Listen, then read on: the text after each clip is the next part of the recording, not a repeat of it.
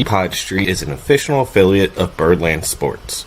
Visit birdlandsports.com/upodstreet and 10% of your order will go directly to supporting the pod. Use code UPODSTREET at checkout and you'll get 10% taken off your order. Now sit back, relax, and keep that beer cold because it's on to UPod Street.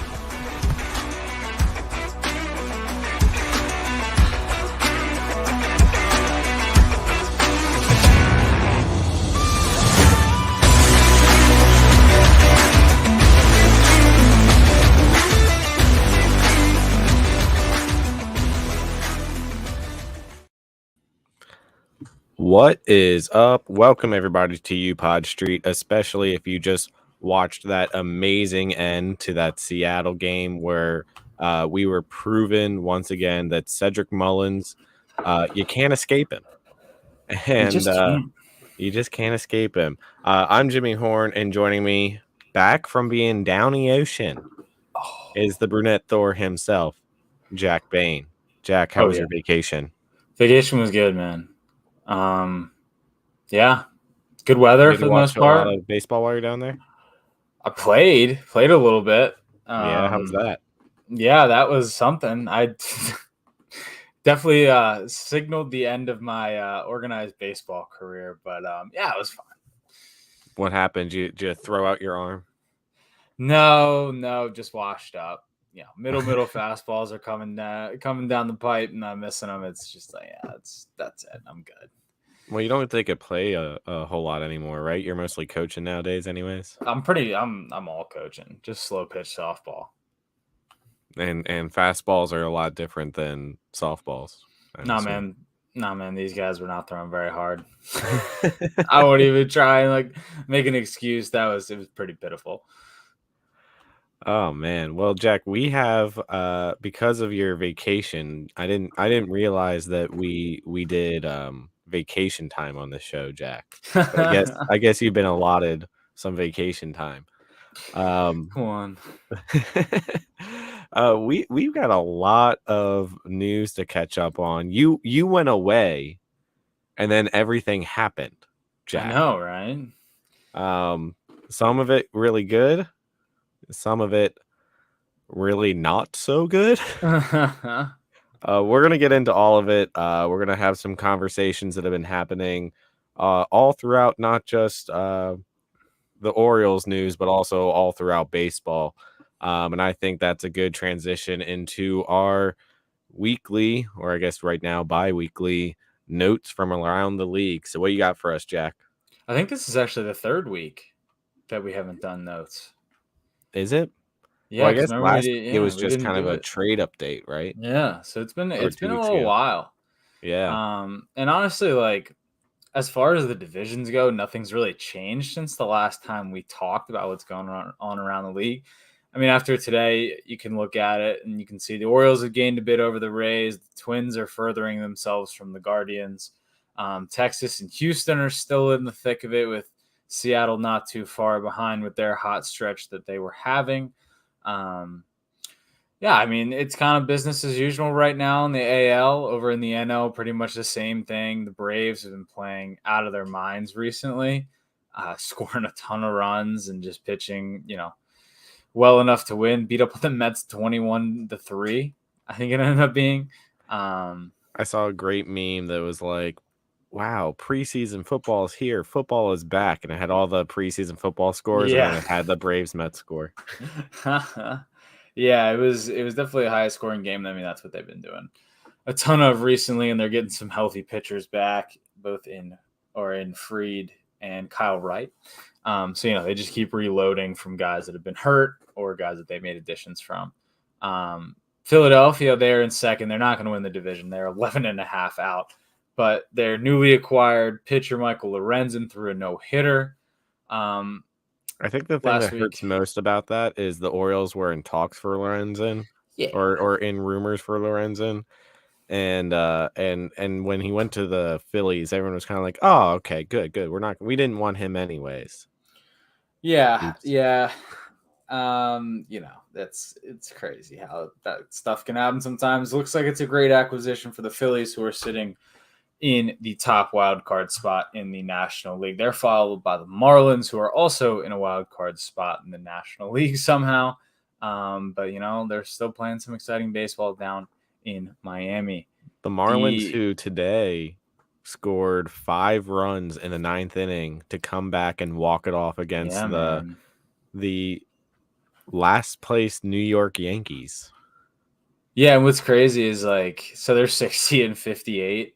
They would be a game out on the Minnesota Twins in the AL Central, which is the Central is just a joke, man. Yeah, and I mean, they're 13 games out of first place in the AL East. Yeah, it's just loaded over here in the East right now. Milwaukee's still holding first place in the NL Central. They are followed by the Chicago Cubs, who are definitely playing some good baseball right now. Only 3.5 games out. Cincinnati slipped a little bit after the break, kind of had a rough go of it out right after the break, and they're still not playing great right now. They are 4 games out of first and a game out of the wild card. There's still a chance you can see the Reds playing in October. Not out yet. The Dodgers, winners of 8 in a row as of today.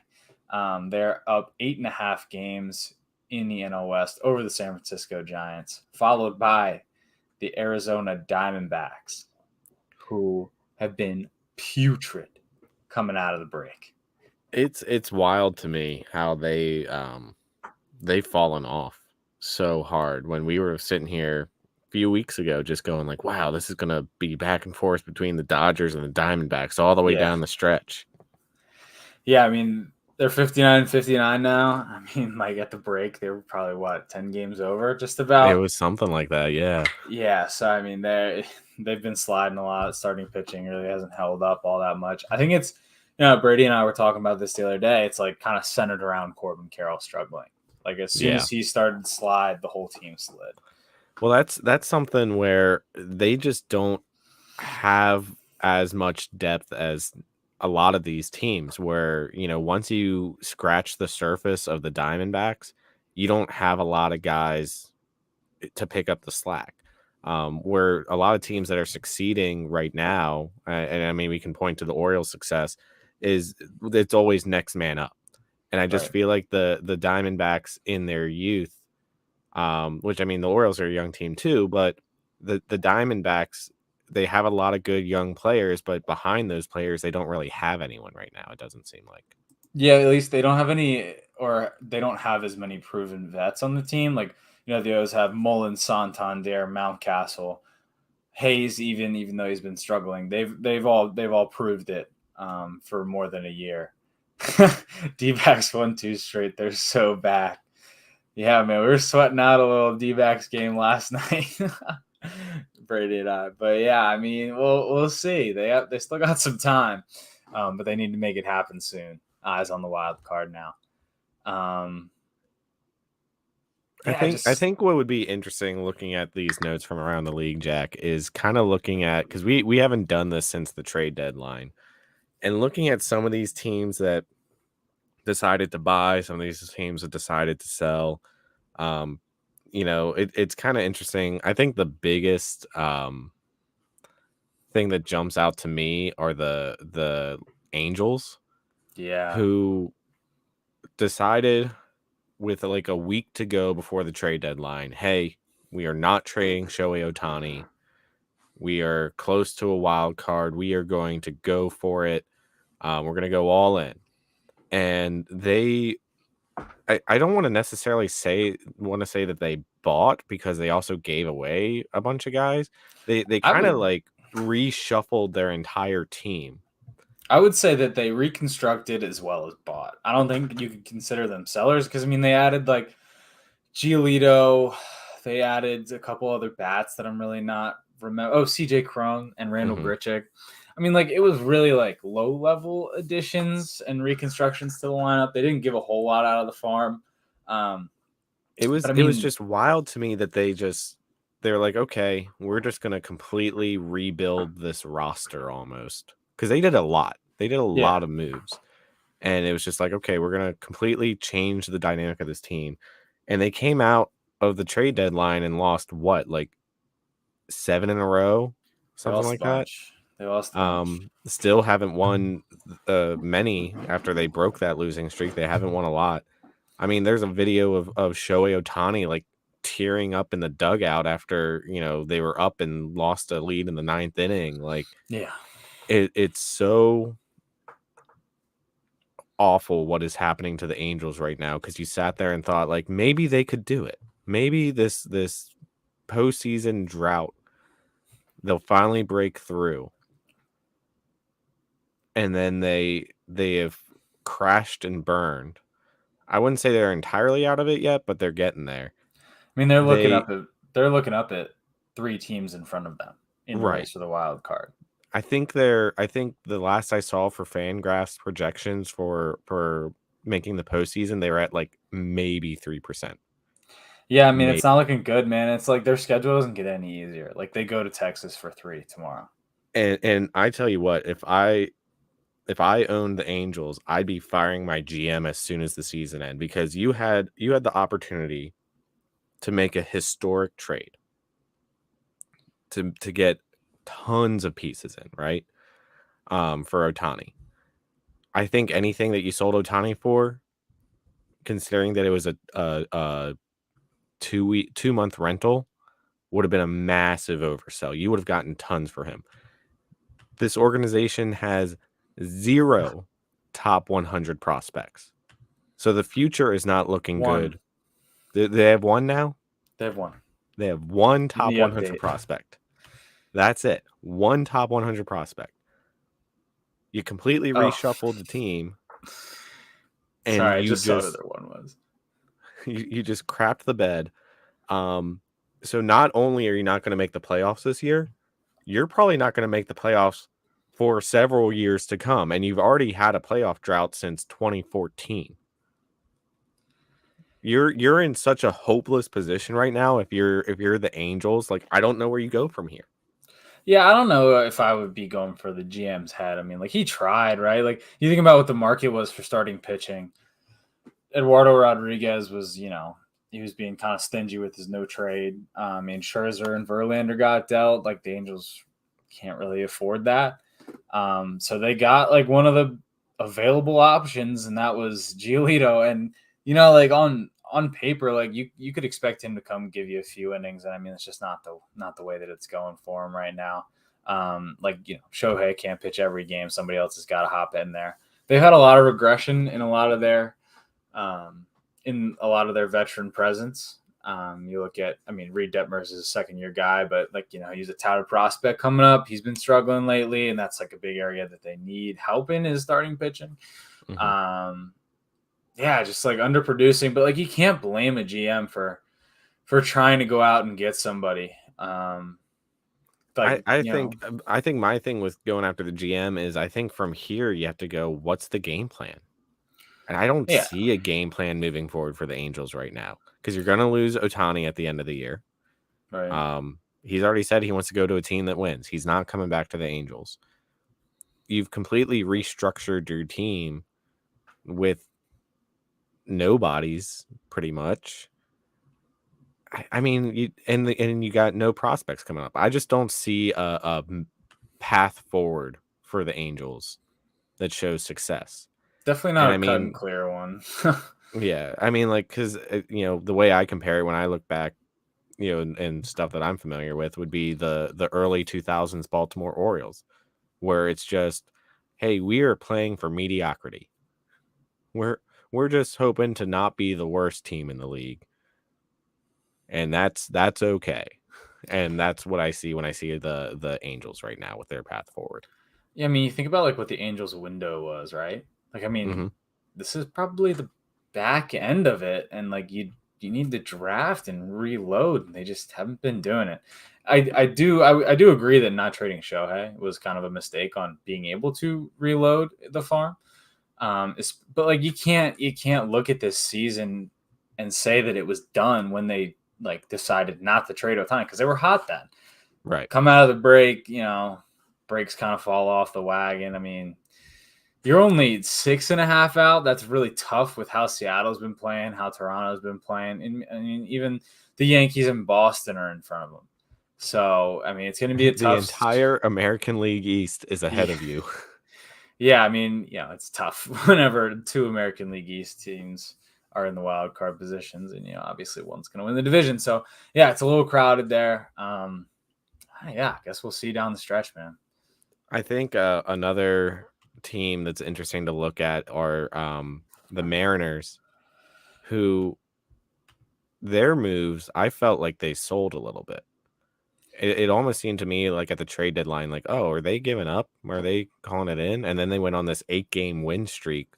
And suddenly they're in it. Suddenly it's like, oh, these guys could really make a postseason push. I was Yes, I pretty surprised mean, by that. their one big move was the Seawall move, right? And that was pretty much Hmm. it. So, I mean, like, this is the other thing that Brady and I were talking about. Like, they didn't need Seawall. Like, they were stocked up on relievers, and like they would just shift Munoz to closer. Obviously, it didn't work for him today, but it's still options going down the line. Like, they won 8 in a row. Like, it works. Right. And I think that's one of the most like mutual trades there. Like, the position players that they shipped out plugged right into the D-backs lineup, and Seawald's been. I just watched him close a game last night for the D-backs. So Yeah.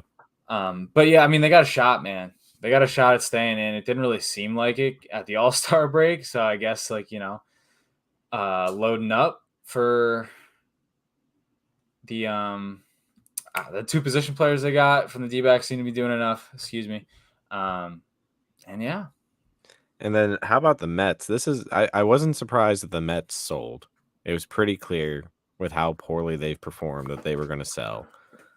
I don't know if I expected both Scherzer and Verlander to be traded.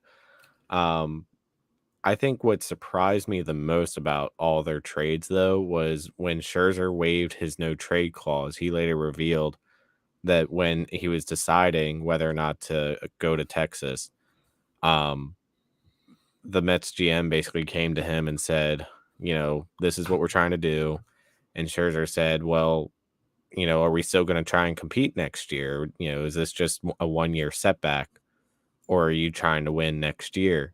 And the Mets GM basically said, we're looking at like 2025 as our next competitive time. And that's what got Scherzer to waive his no trade clause. Like, okay, I don't want to be here for that. Yeah, I mean, they're gonna be good in 25 now, I would imagine. I mean, some of the moves that they made are really gonna reload this farm. I mean, they're up to 5 top 100 guys now. Mm-hmm. And I mean, obviously, they weren't really close to that figure before. I mean, looking at just their kind of 1 through 6 right now, 2 of them are from trades and the Mets top 30 prospects. So I think they're definitely looking at the future. Yeah, stinks the veteran guys like couldn't see out their lucrative big contracts, right, on what was supposed to be a winning team. But I mean, Steve Cohen really kind of like bit the bullet and traded them away, and now they're going to be better in 2 years because of it. Yeah. No, and I'm not saying that the trades weren't bad. It's just amazing to me that the whole offseason was nothing but the Mets buying, Right. and you thought like, oh man, this is going to be a super team. And then it just crashed and burned to the point where they were like, all right, we are now starting from scratch again. Yeah, which isn't bad, dude. I like to play. I mean, it wasn't clicking this year, and it wasn't going to click next year. So retool. And what about the Padres deciding not to sell and thinking that they can still go for it? 5.5 out. They have a better shot than the Angels do right now, technically. Well, technically, I They don't know just if I see it dropped for them. just dropped 2 to the Snakes this weekend. So The Snakes who are back, as Brady pointed out to us. yes. I don't know, like on like the peripherals on the Padres like aren't bad. Like, it shows kind of some unlucky occurrences there. I mean, you look at like their run differential. I mean, it's plus 54. So it's hard to say like what the Padres like why they didn't sell. I guess they thought that they had some sort of a shot there. Yeah, I mean, they're bad in close games. That's like kind of the whole thing. They're 0-10 in extra innings games, and they're 6-19 in 1-run games. Like, they just can't Wow. pull them out. Wow. It's interesting because the Mets and the Padres were so similar in what they did this offseason. They were both clearly like we're spending big to win big, Mm-hmm. and it fell flat in their face. And I mean, Yeah, granted, yeah, the Padres could still make the playoffs, but it just doesn't seem like it's working. yeah, and just like one more thing to wrap up, kind of like the big buying in the offseason and having it fizzle out. It's tough seeing these teams crash and burn because this is what everybody wants. You want all the super teams made up, and have teams buy to have a shot instead of tanking and rebuilding. Like like they should get rewarded, right, for Hmm. buying, right, and stocking up. But like you just see them kind of fizzle.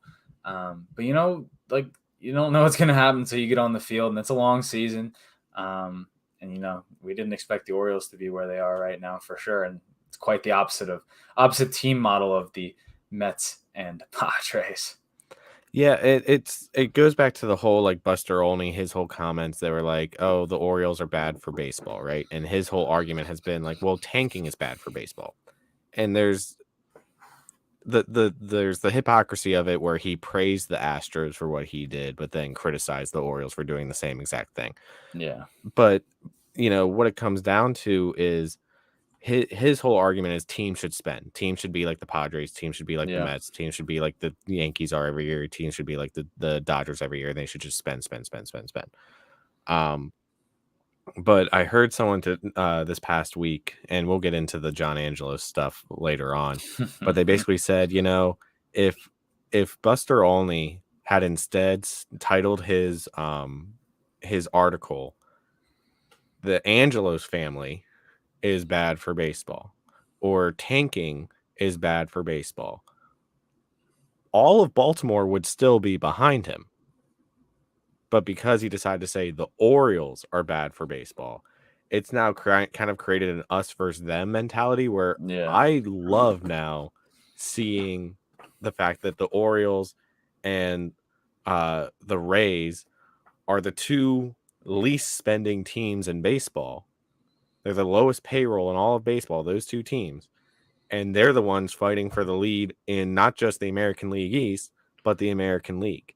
right. And it shouldn't be that way because you do want to see teams get superstars and things like that. But it's kind of turned me into this anti big spending philosophy.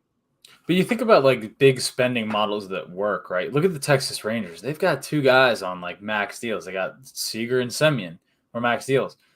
Did they start winning the year after? No. It's been 2 years since they've signed with the Rangers, or maybe it's only been one. It was last season was their first season. Yeah. So they got 1 year. They signed their guys because they were free agents. Rangers weren't good last year for sure. They build more around what they had in the offseason, call up a couple studs and guys like Josh Young and a couple other pitchers out of there.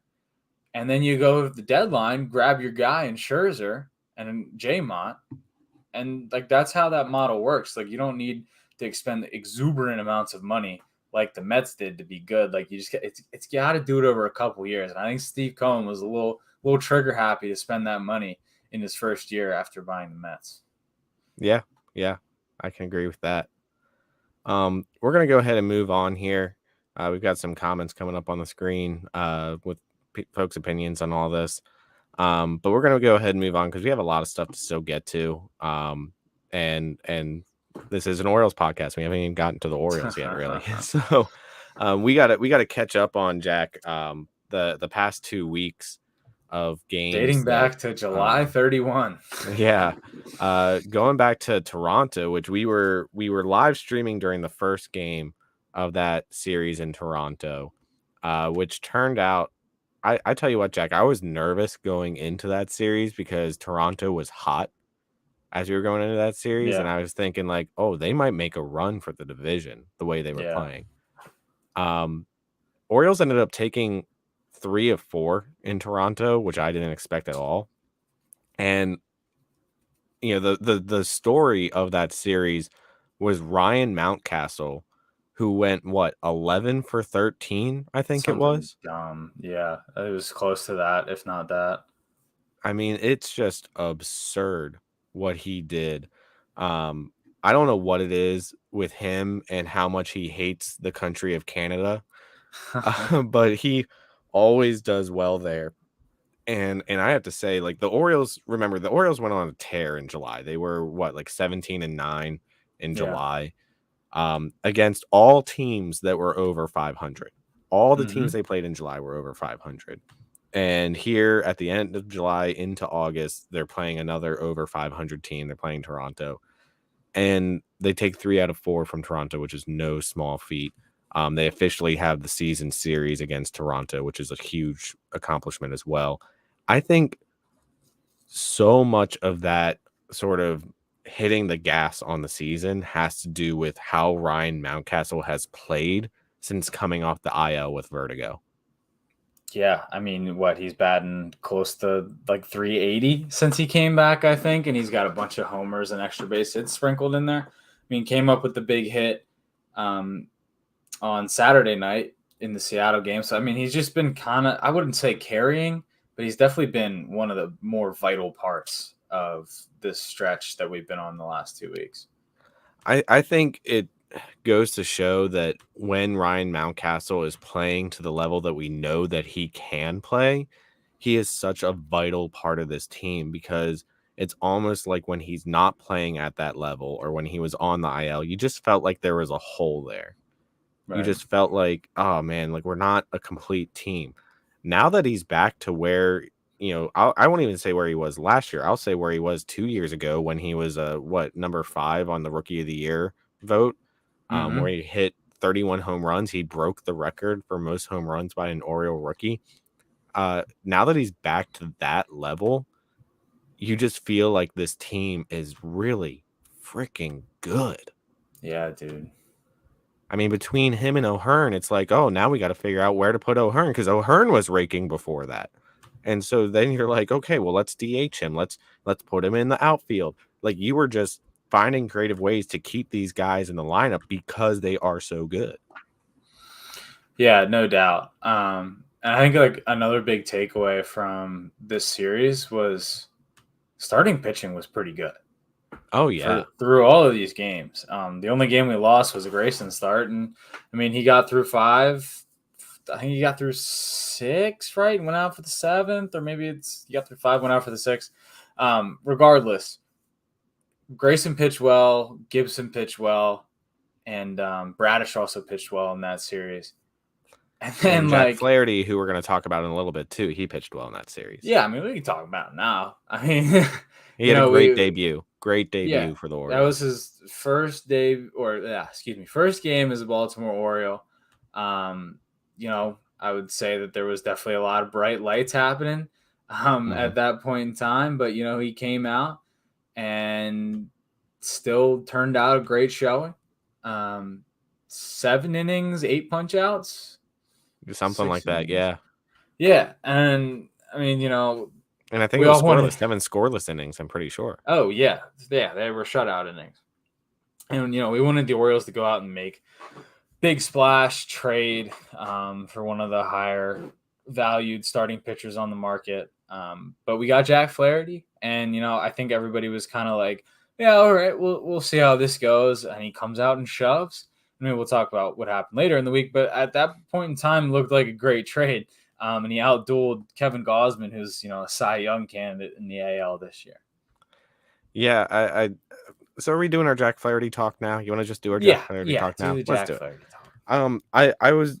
I was really interested in this because, I mean, you and I all day were like looking at each other like, oh man, what's the rumor now? What's the rumor now? What's the rumor Yeah. now? Because it was Verlander for a little while, and then it was um uh Dylan Cease for a little while, and then it was back to Verlander, and then it was back to like Eduardo Rodriguez, and then it was Dylan Cease again, and it was just like, do something, just do something.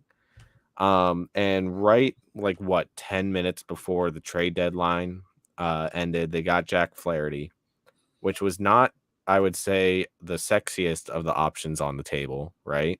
Yeah, definitely not. Um, but certainly a solid option. Yeah. Definitely a guy who's a seasoned arm, can be a really good leader in the rotation. Um, and what the Orioles gave up for him was Cesar Pareto, Drew Rom, and Zach Flaherty. So let's start right there, Jack. What do you think about what the Orioles gave up for Jack So Flaherty? at first, as the information was coming out about the details of the trade, I thought 1-for-1 Flaherty for Prieto was highway robbery, like for the Yeah. Orioles. And I thought that they got away with a steal. Keeps coming out. Cardinals also got Rom and Zach Showalter. Um, I still think that the Orioles won the trade, or it's pretty equal for both sides. I think it's a good trade. I think it's a really good trade that the Orioles did that to go out and get another starter. It gives length to our starting rotation as well as the opportunity to try and find what Jack Flaherty was doing just a couple of years ago, which was high velocity, high spin guy who could get a lot of guys out. Just been a problem with staying healthy over the past few years. But I think the Orioles really kind of are starting to get him back there. I mean, you saw his fastball in St. Louis would sit around 92, 93. In his first start with the Orioles, he was sitting 95, 96, and was touching 97 at points. And I mean, that's the key, right? Like a couple miles an hour is kind of a big deal in the major leagues. 91, 92 really doesn't play anymore. Especially if you're like missing over the plate a lot and walking a lot of guys, it kind of compounds on you. But yeah, if we can keep that unlocked, keep them up 96, 97. I think that this is definitely a great trade for the Orioles. As far as like trading away prospects and how I feel about that, I think that the Orioles, traded from a surplus. I mean, you think about middle infielder in Prieto, like obviously we're pretty jammed up there. And it was a guy that was in the lower levels. He wasn't like he was like major league ready or anything. Drew Rom is like the only one that I think would have played on the Orioles right now, and he was in triple pretty much all year.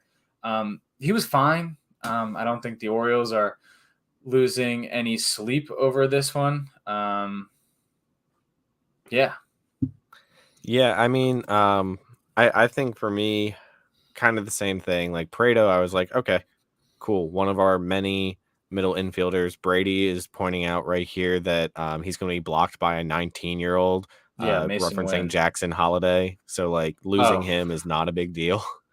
And I think the surprising thing for me was the addition of Drew Rom and Zach Showalter. And the reason why it was surprising to me is we are such a good farm system, but where we lack in the farm system is pitching. We don't pitching have a lot depth. of pitching depth in the farm system.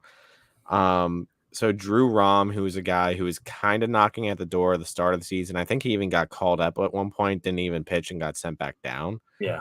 Um, and you kind of thought like, okay, like he might start to appear in some games, and he kind of regressed this year.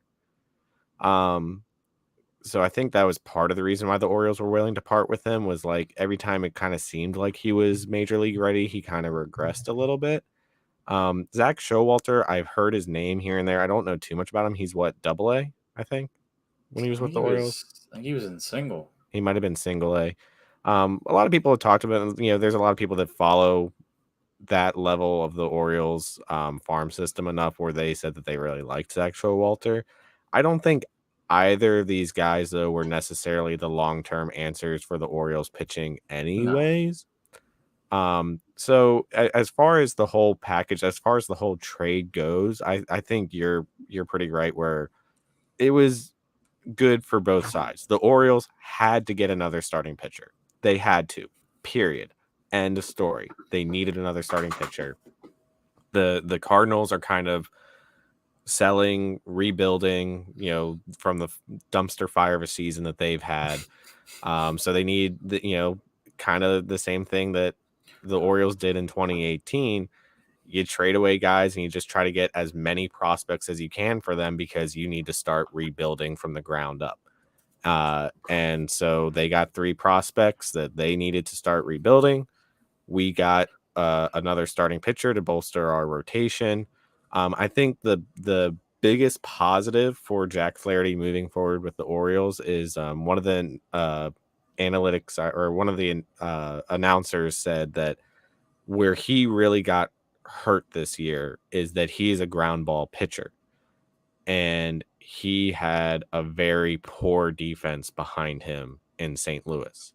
And so if you put the Orioles defense behind him, he should theoretically be better. So we'll see. Yeah, I mean, like, do you remember the announcer that said that? I don't remember. It was 2 weeks ago, Jack.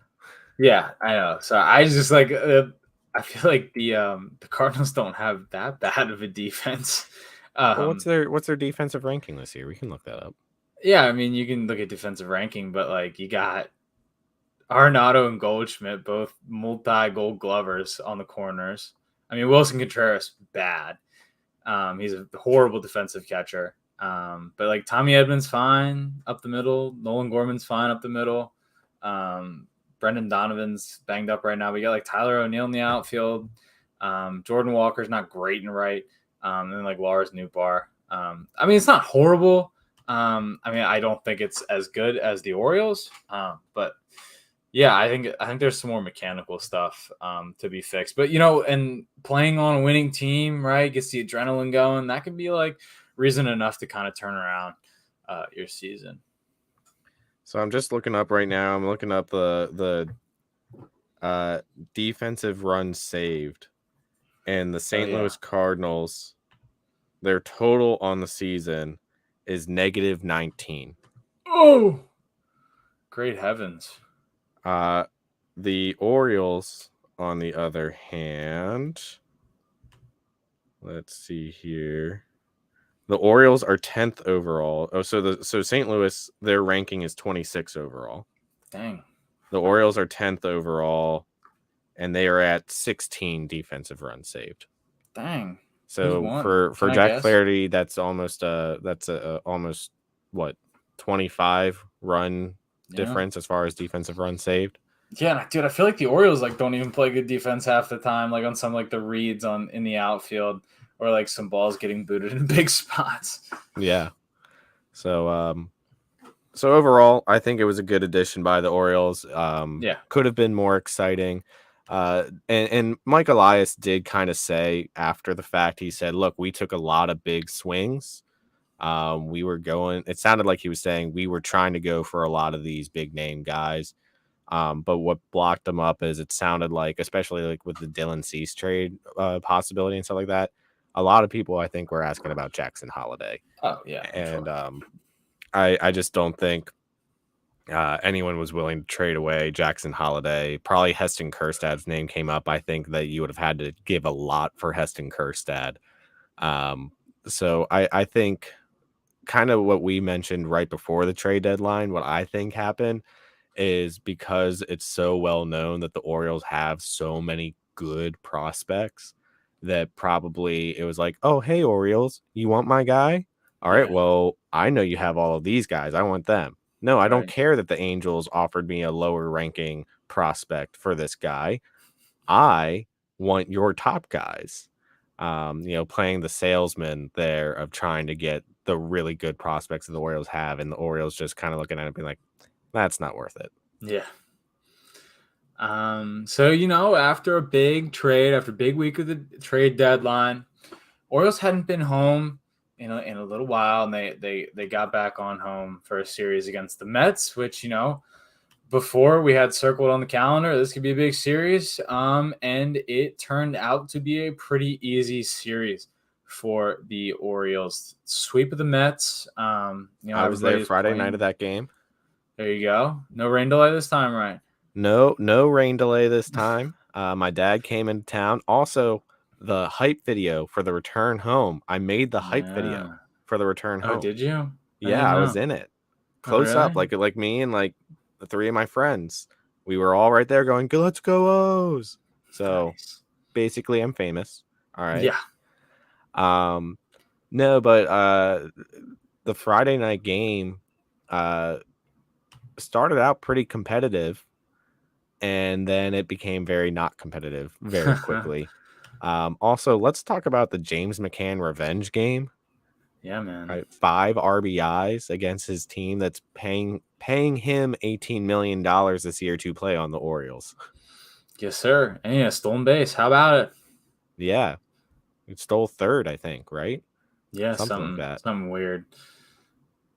Um, But yeah, I mean, the Orioles swung the bats well. Westberg and Henderson homered in that Friday game.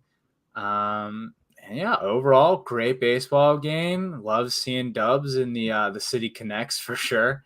oh yeah. Um, City Connect curse is broken, by the way. I'm officially declaring it. They've won what, like 3 in a row in the Connects? I think so. So I'm declaring the curse is dead. Knock on wood. Yeah. And then Saturday evening, the Orioles celebrated the 83 World Series. Sold Seemed out like game. a fun time. Yep, for sure. Seemed like a fun time. I obviously was not able to make it as I was at the beach. But it seemed like vibes were high, man. Another well played baseball game by the Orioles. Gibson didn't pitch horribly. 7 strong, 3 innings. Beat up on Tyler McGill a little bit. And yeah. Yeah, it was just a really great series. Really great to beat up on a team that's kind of down. You know, I felt bad for Buck Showalter. Buck Yeah. deserves better. But Yeah, that the went past Orioles Tom. also can't take it. They can't let their foot off the gas right now. Not with what they're trying to accomplish Yeah. over the Rays and the rest of the AL East. So it was really great that the Orioles got a sweep and a pretty easy one at Yeah. that too. It's nice with all the high intensity games that we've had this season, where it Right. seems like every game's coming down to like 1 or 2 runs. It was nice to have an entire series where that was not the case. Yeah, and then just a 2-0 win on Sunday. Keep moving, a lot of momentum going into the next series that was against the Houston Astros.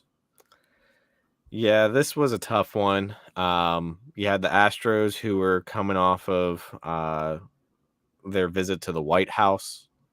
Where a lot of people got upset, by the way, over Dusty Baker saying, like, oh, we're heading to a big series in Baltimore. It's the first big series Baltimore has had in a while. And everyone laughed and everyone was like, oh, he's calling out the Orioles, whatnot. I'm like, I'd call out more everybody's laughing at that as a diss towards the Orioles than what Dusty Baker said, because, I mean, Dusty's not wrong. We've had, since 2018, we really haven't had that many big series. So where's the lie? Yeah, it's whatever. And like you just you put your money where your mouth is, show it on the field, and man, the Astros, they put their money where their mouth was, and they won the series against the O's. Tough way to open the series, man. The Astros put up a 4 spot on a Kyle Tucker go-ahead grand slam in the top of the 9th. Off of Batista, too, of all people. Yeah, we can get into that, but like nobody's perfect ever, man. You're like due for a blow-up outing every once in a while. We've always said he gives up 1 home run a month, right? Yeah. We got lucky that last month it was in the All-Star game. Yeah. He went the entire month of July without giving up a run, I'm pretty sure. Yeah. So you know what? He gave up 4 at the beginning of August, and then let's move on from it. Let's wash it from there and move on. Yeah, losing this first game really, really did sting. I mean, you feel like this is one of the more important, game or series of the year, and you had one like right there in your hands, right? You were winning 6-3 in the 9th, and it gets away from you. Always stings. And then the next day wasn't any better. Jack Flaherty didn't look very crushed. Jack Flaherty didn't look very sharp. I don't really think there's anything else to talk about in this game. No. But, bounce back. Don't get swept in the Adley Rutschman era. Did just that. Took the last game of the series. Felix made us nervous again. He made us nervous again. But we still got the win, and that's all that matters. Yeah, a couple long balls from Rutschman and Mountcastle. I was kind of surprised that the Astros left in Hunter Brown as long as they did. I mean, his pitch count was getting up there, and then his last inning was that 2-run bomb from Mountcastle. So we'll take it, right? Dean Did what he had to do. He pitched fine. You know what Yeah. I'm saying? Like 7 innings, 2 earned. And then Bautista did get his 31st save of the season there. I was really shocked about how much those two games really ballooned Felix's ERA. It just shows you how good he's been this year. Yeah, it shows you how good he's been. I think too the Astros came in with a really good game plan against Felix Bautista. Yeah. Because I mean you're not going to see Felix bomb that bad against most teams. Right.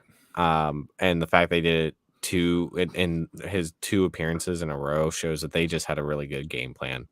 Yeah. And that Kyle Tucker grand slam was on what, like an 8 pitch at bat or something like that. Yeah. Like he just kept fouling off pitches and everything. So like, it sucks. I was really down in the dumps after that game, and part of it was all the nonsense, all the noise that was happening outside the game too. And Yeah. we're gonna get into that in a bit, like I said, but it was just a really hard way to lose, especially because I mean, early on in that game, you were vibing so hard. I mean, Ryan Mountcastle hit a 472-foot home run over both the bullpens. Adley Rutschman had a home run.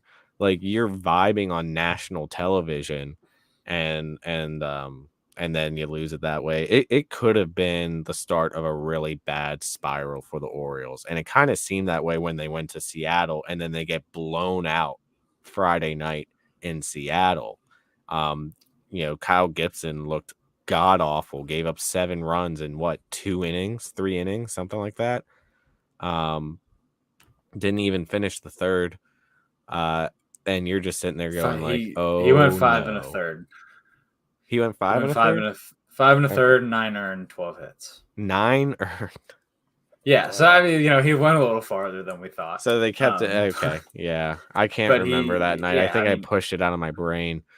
Yeah, he let up all 9 runs that the Mariners scored. That's the way it goes, man. It was a clunker. But hey, Nick Vespi came back up for this series, and he's been pitching pretty well. Yeah, Nick Vespi came back up, as well as Cedric Mullins. They brought up Vespi and Mullins at the same time. Ryan McKenna went down for the Mullins move. And, you kind of have that clunker on Friday, and after you had a really bad series against Houston, like, things could have really gotten out of hand. And Saturday night, I will say, like, before we get into that Saturday game, that I was kind of nervous, man, after that Friday night game. Like, it really seemed like we caught the Mariners at the wrong time. 8 wins in a row. Yeah, that was their 8th win in a row on Friday night. And, like, it was just kind of like, oh, man, then we got Gilbert going Saturday night. Like, we're really going to need to churn something the out. night that they were honoring Felix Hernandez, putting him into the Seattle Hall of Fame. Yeah, man. I mean, big pitchers duel. Cole Irvin, wouldn't you know it? Our boy Cole. He didn't go long. He only went 5 innings. So what, man? 5 scoreless innings. 5 scoreless innings. The bullpen stepped up after that. I mean, the Seattle pitcher went 9 innings pitched, no runs. And the Orioles did the same thing and combined for the same stat. 9 innings pitched, no runs. It was just multiple pitchers. And what I thought was so poetic was, after all this nonsense with the Seattle fans getting mad, people calling Felix Bautista King Felix on the day that they were honoring Felix Hernandez, who they're like is the real King Felix, which, by the way, we don't even call Felix Bautista King Felix. We call him the Mountain, okay? But after all that, they boo the crap out of Felix Bautista when he comes in to pitch in the 9th inning. They boo him hardcore, which, by the way, he has nothing to do with this, right? He doesn't choose his nicknames. He doesn't care what people call him. And he comes in and throws 2 scoreless innings. And in the top of the 10th, when the Orioles scored, Felix Bautista shuts down the bottom of the 10th, getting 3 strikeouts in the bottom of the 10th. I think he was pretty pissed with himself about how that Houston series went, and he took it out on the Mariners hardcore. And he didn't get the save, Jack. He got the win. he got the W on King Sir. Felix night. Yes, sir. And after, that electric game on Saturday night brings you to today where, love to get this one. Love to get this game. It was nice that it wasn't at 10 p.m. for sure. Before we get into it. But I mean, you could literally just play somebody the last 2 innings of this game, and you could be like, "Yep, this is all you need to see." Like, this will make your entire day. And I mean, I don't know about you, but kind of made my evening seeing Cedric Mullins come off the bench and make a home run robbery right in front of the J-Rod no fly zone sign. I mean, not even a home run robbery. Like the way he did it, where he literally pulled it out from over the fence. Yeah. Where he lands flat on the ground and just stands up, and you're like, "Nuh-uh. No, he didn't. No, he didn't." And he just starts pumping his arms, and you're like, "He did. Yeah. He did. Catch of his lifetime." It would have been awesome if Bauman could have locked that down, man. That would have been Well, electric. and that's the thing, is the very next pitch after Cedric robs a home run to save the game, the very next pitch, Bauman puts a 97-mile-per-hour fastball in the middle of the plate, and it gets rocketed out of the stadium pretty much, to tie the game to go to the 10th inning. And then who comes up in the 10th inning but Cedric Mullins again? Cedric Mullins again. It's Cedric Mullins again, who hits a 2-run home run, which ends up being the game winner. I mean, I'm so happy to have Cedric Mullins back. I'm happy that he seems healthy now, because when he came back from that injury the first time, he really struggled a bit, and I think it's because he wasn't fully healthy. I think this time he is fully healthy, and he has hit the ground running, and he is going to be so important to this team going down the stretch.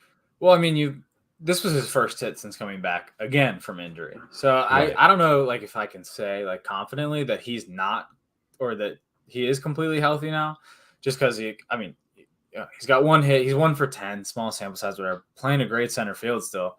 So, I mean, signs point to the fact that he's healthy, but we'll see. Hopefully he can keep this up. Hopefully this is a big momentum boost for Cedric Mullins, but also the team, man. Your captain just put his body on the line and then put the team on his back there in the top of the 10th. So yeah, man, it's cool to have him back for sure. And what was huge about this win too, looking at what's going on around the league, is the Rays lost today. Yeah, they did. So that brought the Orioles back up to having a 3-game advantage in the AL East. The Rays lost today, and that's in more so ways than huge. one. So huge.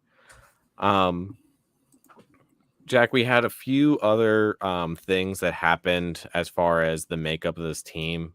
And so just to kind of quickly go through that, we picked up Jacob Webb off of waivers.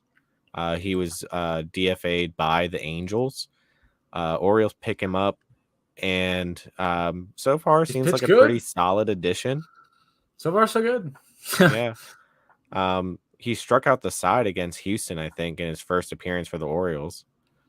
Yeah, he did. Oh, this is a good question. This is something I wanted to talk to you about. Brady asked, what's your batting lineup for the Orioles if Adley is going to hit leadoff for the rest of the year? What do you think about the decision of moving Adley to leadoff? I don't know, man. It's just funny because this conversation that Brady and I had earlier in the week, and we could not come up with what they would do. I think Adley in the leadoff is fine. I think obviously Cedric is a better option at leadoff. But Adley didn't really hit well in the 2-hole, so I think he's just trying to figure something out. I honestly love it. I love Adley hitting leadoff, because I think you're getting him on base to get either Gunnar or Mountcastle up to then hit him home almost immediately after that.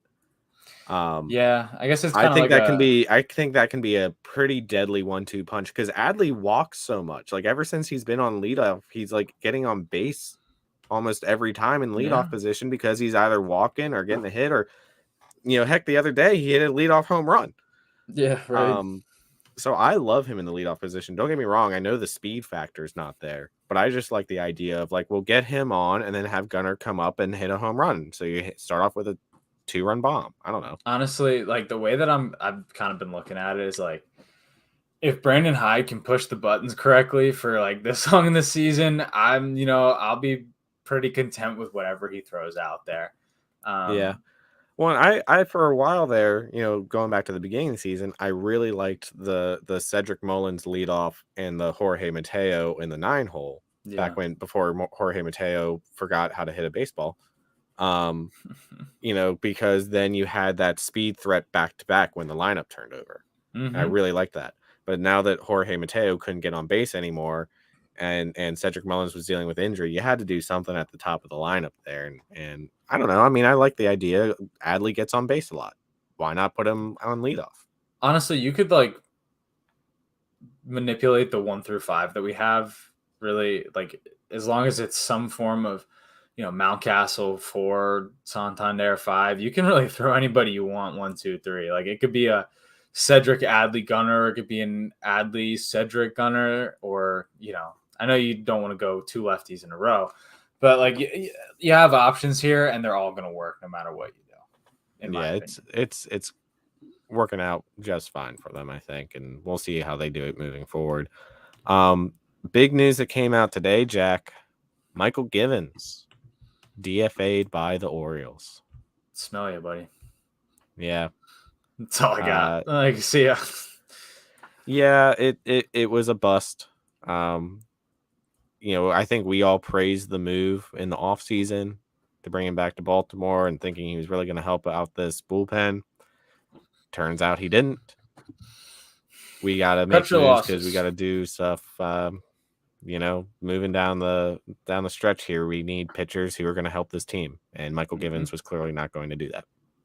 Yeah, and also, Austin Voth goes to the 60-day IL, so we're probably not going to see him for the rest of the year. No, probably not. Which we've been doing it without him. We're going to continue to do it. Maybe it'll give another guy a shot. Maybe this is Vespi's sign that he gets to stay up for the rest of the year. I hope so. He's gotten to pitch twice this series, right? So, I'm one hopeful. out today, but yeah. I think also because John Means has started his rehab. DL Hall is back from the FCL. I think the Orioles are really looking at improving the bullpen internally. We didn't talk about this either, Jack. Brian Baker's not on this team anymore. Brian Baker's in the minors. Maybe there won't be any more 4 consecutive fastballs right down the middle. I was a little surprised it was him and not Joey Crable, although Joey Crable ended up going down for Vespi. Yeah. But I think, if everything goes according to plan with John Means, I think he's going to be a bullpen option come the beginning of next month. That's their timeline for him. They're saying beginning of September. DL Hall is dealing in AAA. He hasn't missed a step since coming back from the FCL. His first appearance back, he went 2 innings pitched, 1 hit, 5 strikeouts. Yeah, man. That would be huge if he can come back and be the DL Hall that we've been expecting for the last couple of years. He's throwing hard, left-handed arm slot. Could be big, man. Could be big. And Cionel Perez has seemingly turned things around. His last, I want to say like 9 outings or something. He's like pitched 10 1/3 and only given up 1 run. Yeah. So if he's found it again, this bullpen, which we've said is super nervous and has been kind of the Achilles heel a little bit, especially the middle part of the bullpen. If it starts to find it, and if we start to build up on it internally, could be absolutely huge going down the stretch. And then on top of that, Jack, we're suddenly going to a 6-man rotation. What do you think? I don't really, I don't really think that Cole Irvin needs to get continuous starts. Yeah, he did fine on Saturday, but like, how long is that going to last until you get another like 3 innings, 6 earned type start from him? I honestly think the combination of Wells, Gibson. Oh no, not Wells. Excuse me. Yeah, because Wells is going to come back in the bullpen too. Wells is down in Double A right now. Yeah, not Tyler Wells. But Flaherty, excuse me, Gibson, Bradish, Dean, and Grayson. I think that's fine. I think that's The fine. I don't the think you the need to mess problem that is up. the inning limits. They've all pitched more than they ever have in their careers. Freaking hate innings and limits, man. Like it's And so annoying. Like you can't see young pitchers like throw more than 110 innings because they're afraid they're gonna get hurt. It just sucks. Like Yuri Perez, like the main example in the Marlins, who like had a sub-2 ERA through his first couple major league starts, and now he's pitching in double. Like, what are we doing? yeah, I think it's this is their way of trying to stretch those guys out till October, give them Yeah. more rest in between starts, and they're less likely to hurt themselves when they come out every 6 days as opposed to every 5th day. I think once you get to October, all bets are off on what the rotation is going to look like. But, you know, it speaks to the youth of this team that this is what we're having to go to keep those arms fresh. Speaking of youth, We got some new prospect rankings. new prospects have been released, and Grayson graduated. So the Orioles do not have as big of a number of Westberg graduated too. Westberg graduated as well. Instead of 8, we got 6. Still probably the top farm system in the league. Jackson Holiday seemed to be a unanimous number 1. I agree. Number 1. Some notable guys from the draft that also made the top 100 list. Paul Skeens is at number 3. Dylan Cruz is at number 4. And then not really somebody who was drafted, but somebody that we definitely need to talk about is Ethan Salas in the Padres organization. Is 17 years old and in high A. Nuts. It's impressive. That's awesome, dude. I was kind of surprised that he made like the 5th slot, like right under Skeens and Cruz. But I mean, you can't really deny what's going on there. But still on the Orioles side, Kowser is number 14. Kerstad's number 25. And then we've got Kobe Mayo at 28, Samuel Basallo at 50, and Joey Ortiz at 54. I would like to add that all of those prospects that I just listed out, outside of Colton Kowser, who is on the Major League squad, but like Jackson Holiday, this season across 3 levels is still batting over 340 with an OPS over 1,000. Kerstad has been tearing the cover off the ball this year across both levels. He's got a 320 average for a 963 OPS. Kobe Mayo, still torching it in triple. Basallo is having a real good year across low and high A. He is at 289 on the average, 375 OBP, 483 slug, makes for an 858 OPS. And then Joey Ortiz, man, like, give him a shot. Yeah, it's one of those. I just wonder what the future of Mateo is on this team. I don't think the Orioles are going to DFA him. They used him well today. They used Mateo exactly for what they should use Mateo for today. They brought him in the 9th inning to be a pinch runner. Yeah. He scored on a really close place at home because he is so fast. And then he stayed in defensively for the rest of the game. If that's how the Orioles want to use Mateo for the rest of the year, I'm fine with that. Yeah, but if you're sitting there looking for more shortstop play to give Gunnar a rest, bring up Ortiz. Dude, because what are we doing giving Mateo regular at-bats?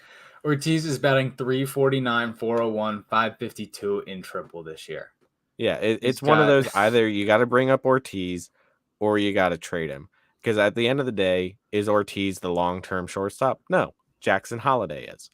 But either bring him up or trade him. Obviously, you can't trade him right now. You're going to have to wait till the offseason. But, what a waste. What a waste of a talent right now sitting in AAA. Yeah, man. I mean, he's a really versatile player. He's got a plus glove, plus, like, contact, plus not really plus power, but, like, He's got 8 home runs on the year across 71 games. And I mean, like you're thinking of like a more contact oriented shortstop. 8 home runs is fine. He's got 10 bags on the year in triple. So I mean, Mateo's swinging an oar up there. Like he's not helping you offensively. Like he's a pinch runner defensive replacement at best. Right. At this point in the year.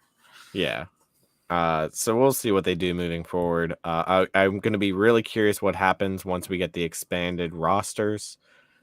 Who's going to come up for that? We'll find out. Ortiz, right? It's gotta be like Ortiz and Kerstad, like bucket. but you're also going to bring a pitcher up too, because it's only what 2 additional positions, or 2 additional players you get, 26 to 28, right? Yeah. So you're going to bring up 1 position player. You're going to bring up one pitcher. Oh, and by the way, Aaron Hicks is still on the IL, so you got to make room for Aaron Hicks when he comes off the IL, theoretically, unless you're going to DFA Aaron Hicks, which I don't know why you do that at that point. I don't know, probably be John Means. If the probably John right. Means. If the timeline's right. Right. So I just don't see unless they DFA Jorge Mateo, I just don't see where Ortiz is going to come up. Yeah. And honestly, the person I want to see up even more than Ortiz is Heston Kjerstad. Yeah, but there's no room for Heston Kjerstad. No, there's not. And I think when Hicks comes back, like if he comes back before September, it's probably going to be Cowser to go back down, man.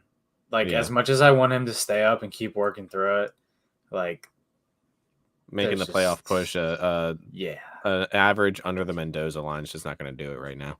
Yeah, I mean he's the 14th overall prospect in baseball. Like he's going to figure it out.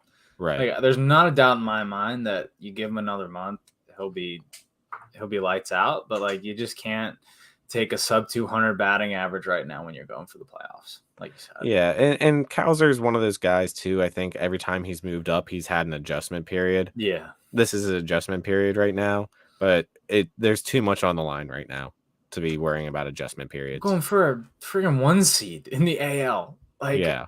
Who'd ever thought that statement would be true in 2020? So I'd be okay moving Cowser back down and being like, hey man, keep working on it at AAA. We know your future's on this team. Yeah, it might just not be until next year. Like I'd be okay with that. But you also have to get Kjerstad on the 40-man by the end of the year. Otherwise, he's Rule 5 eligible, and that cannot happen because he will be Rule 5. Round 1, pick 1. Yeah, and I mean, there's a spot open now, man. Like I think we're at 39 on the 40-man, right? With Givens being off, I don't think that there was a corresponding move. Oh, I don't know. Yeah, I didn't see a corresponding move. Yeah, you're right. So we'll see what they do. So that's kind of all the news surrounding the team. Dude, I looking we have it in our notes. Like this is the last thing, and just seeing these 2 bullet points is just when the news broke about the specific things, like the Orioles were on such a high streak, right? They had just swept the Mets. And Houston was coming to town, and vibes needed to be up, and then you get kind of slapped in the face with this John Angelos news. Can we first talk about how weird this was? Yeah, because this is weird how it happened. Because first of all, you had one guy tweet out, one guy who has less than 1,000 followers, who I've never seen ever in my life, tweets out this one thing saying, hey, I got the inside scoop on why Kevin Brown hasn't been on the air. Back during this game against Tampa Bay, he mentioned how the Orioles have won more games in Tampa Bay this year than the last 2 years combined. John Angelos took offense to it and then suspended him indefinitely. And this random guy who's tweeting this out, we're all reading it, and people are taking it seriously, going oh my God, this is so horrible. And I'm reading it going, who are you? I'm not taking that tweet at face value, because who are you? And so many other people were like, okay, this obviously has to be fake because it's such an absurd story. And then the Awful Announcing picked it up. Yeah. But Awful Announcing was using as its source this one guy who made the tweet, right? So I'm not using that. I'm sitting there looking at that because I'm looking at what are these sources, and I'm like, okay, they're still using this hearsay from this one random guy. that's not reliable to me.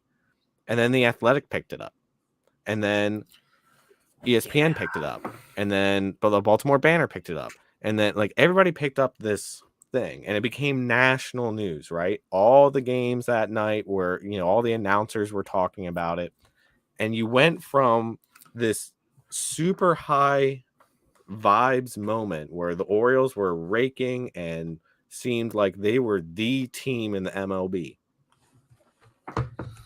to now, oh my God, we are reminded that John Angelos and the Angelos family have so many times brought this organization to its knees and made us embarrassed to be Orioles fans.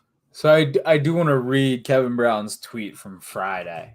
This Friday afternoon, straight from Kevin Brown, he said, "Unfortunately, recent media reports have mischaracterized my relationship with my adopted hometown Orioles. The fact is that I have a wonderful relationship with the organization, and our ownership and front office has fully supported me since 2019 when I first came aboard." And then he goes on to talk about his relationship with the Angelos family and other people in the Orioles organization. So, he didn't really give an outright reason as to why he was not on the broadcast, but he also did not outright say that it was because of that race thing. Like, I mean, I don't think we'll ever get an answer as to why he did miss so much time, which honestly, at this point, I'm just glad it's done. I'm glad he's back and calling games for the Orioles. It's wild, like, because the Orioles never denied it. They just said that they don't comment on personnel moves. Mm-hmm. And Kevin Brown said that the relationship was mischaracterized, but he never said what happened, why he wasn't on there.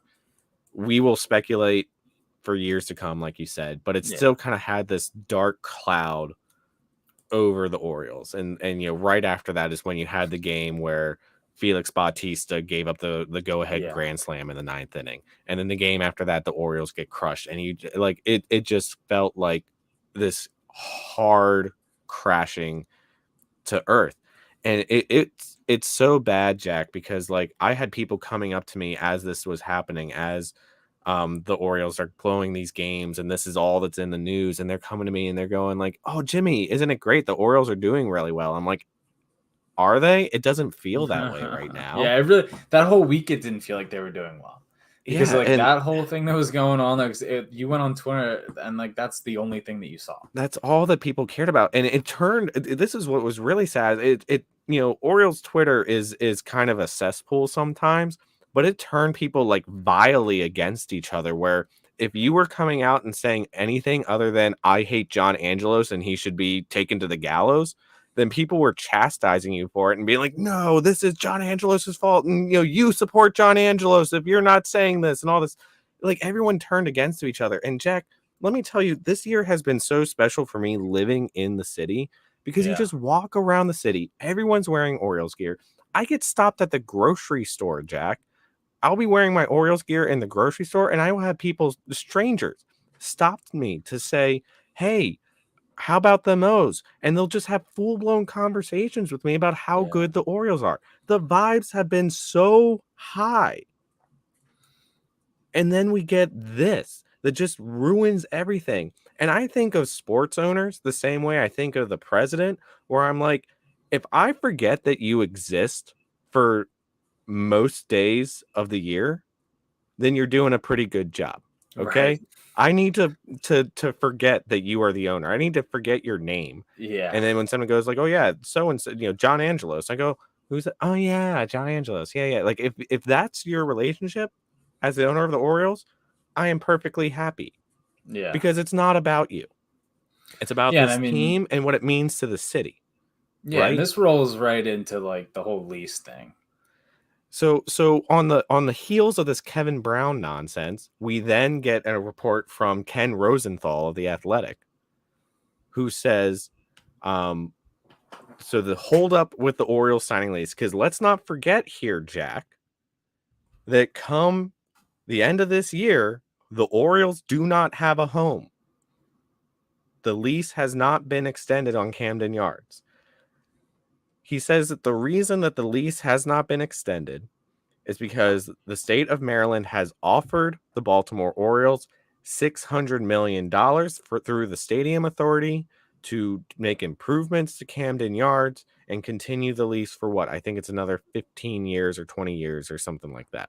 Yeah, I mean the Ravens just signed a 15-year one, right? Yeah, Ravens just signed 15-year. Ravens are good to go. They're all in on revitalizing the area around the stadiums. I was just at M&T Bank Stadium last night watching the Eagles Ravens preseason. Like they're super into revitalizing everything.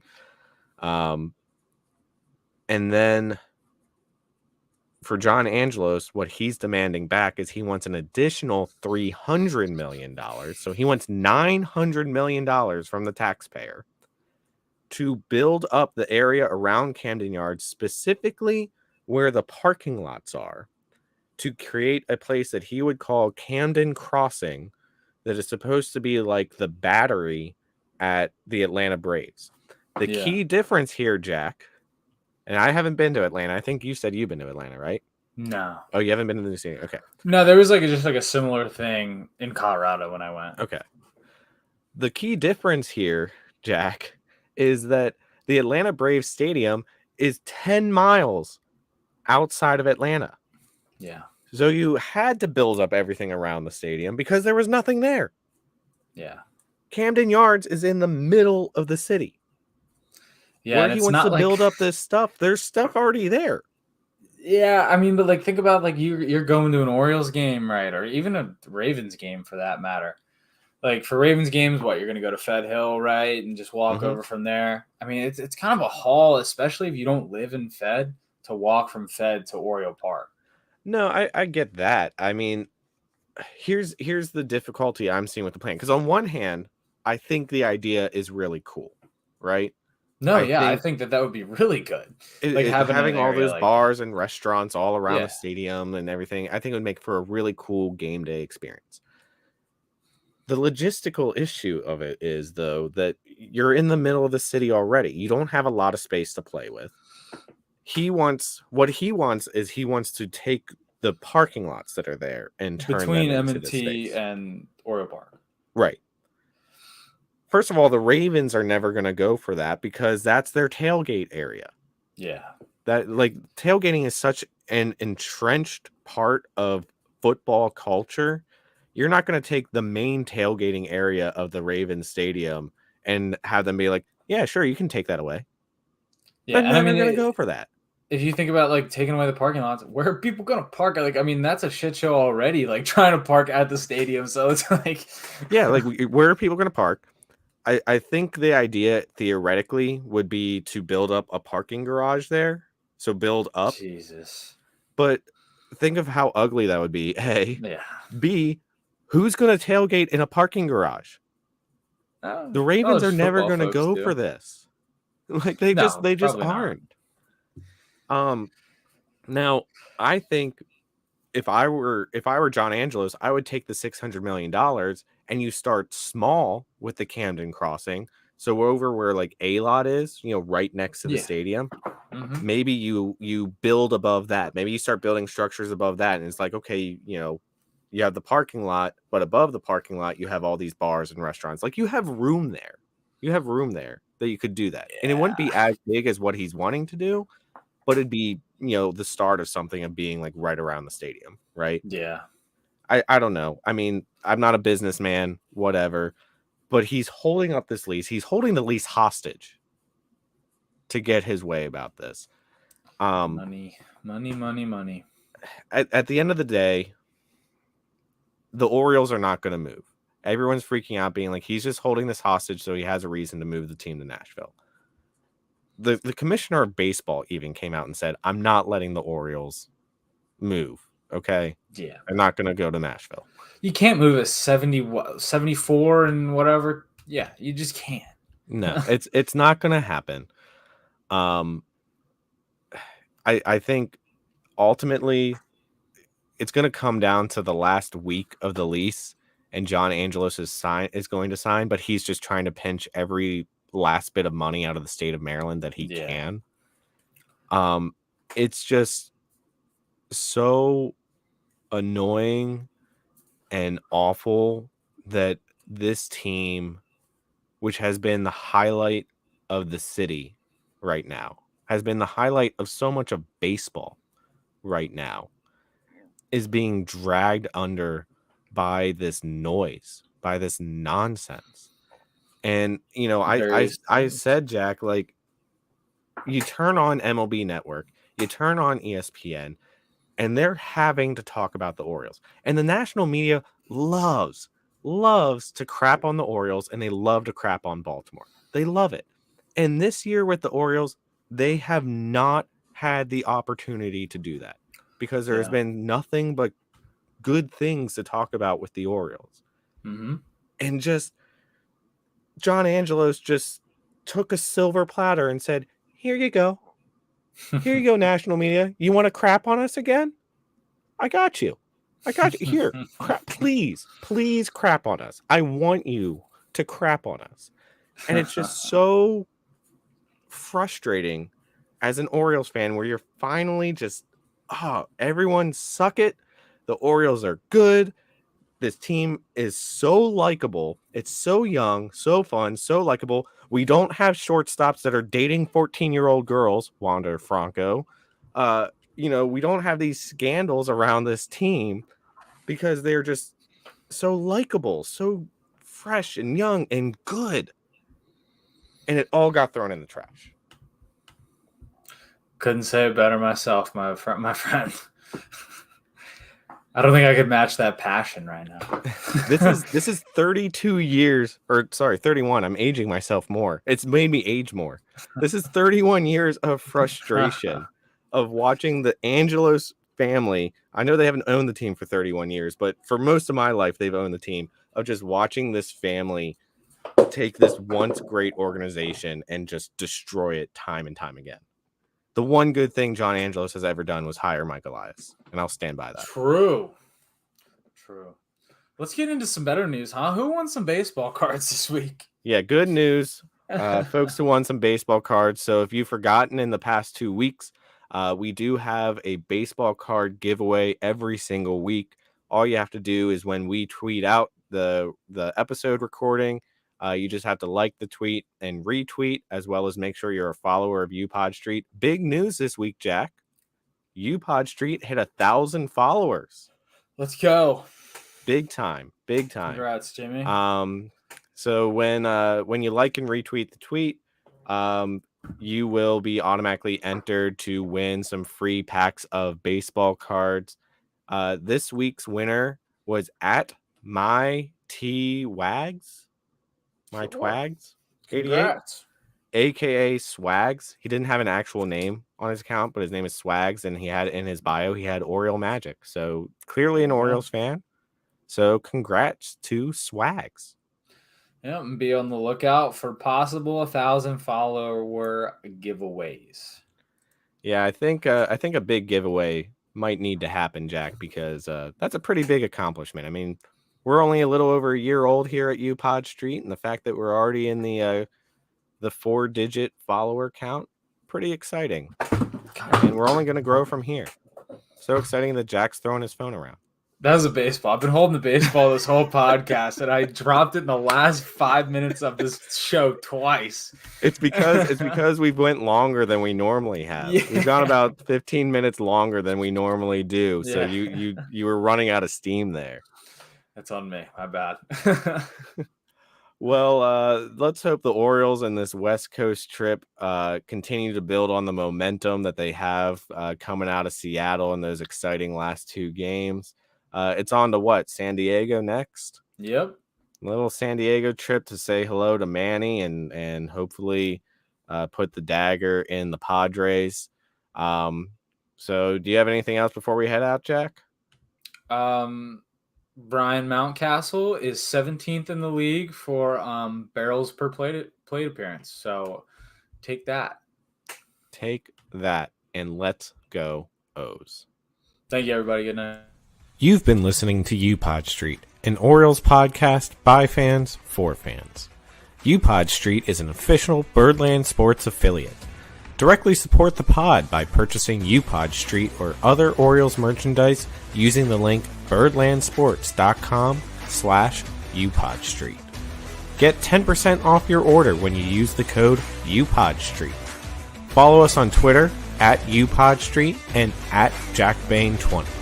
UPodStreet is also on Facebook and YouTube, and you can listen to the show on all major podcast platforms, including Apple Podcasts, Amazon Music, and Spotify. On whatever platform you listen, please subscribe, rate the pod, and leave a review. If you leave a review, we may even read it on the show.